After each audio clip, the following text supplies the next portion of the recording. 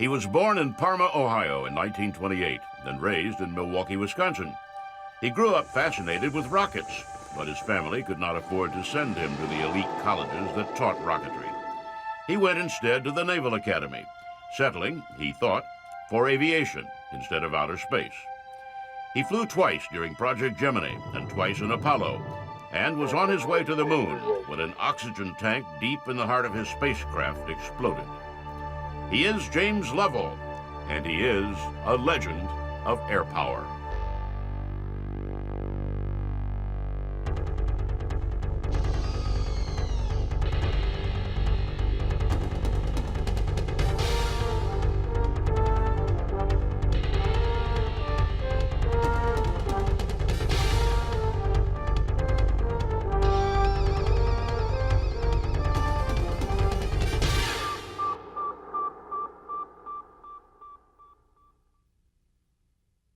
James A. Lovell was born outside of Cleveland in Parma, Ohio on March 25, 1928.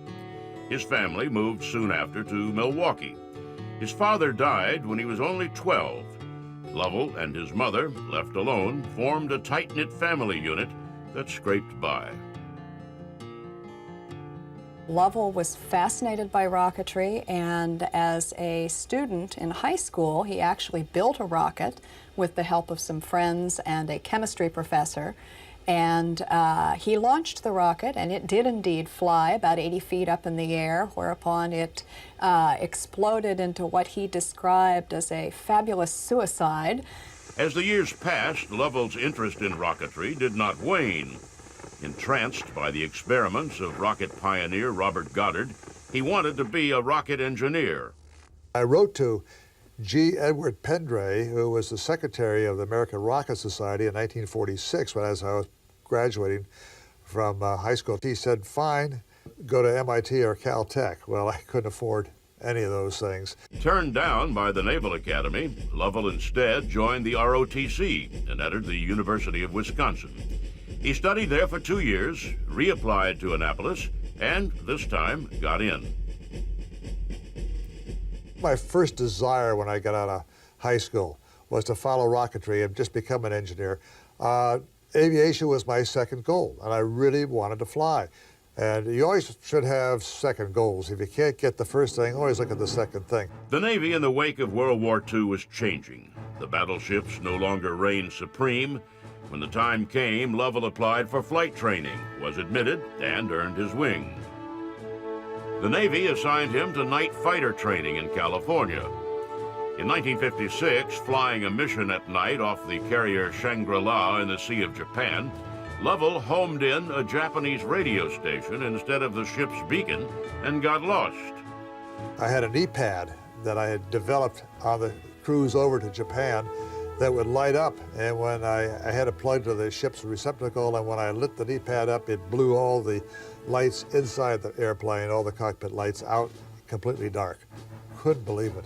Lost, alone, out of radio contact with his home base, and unable to read his instruments, Lovell seemed doomed. Looking around, he saw the pale glow of luminescent plankton churned up by the screws of the Shangri-La. With a wife and small children back on shore, Lovell followed the dim line, hoping it would lead to the Shangri-La. It did. He drove his plane down on the deck so hard, it blew too tired. The skipper of my team, very, very smart individual, put me on the very next flight. The next night, launched me off again. And that was the best thing in the world that happened to me.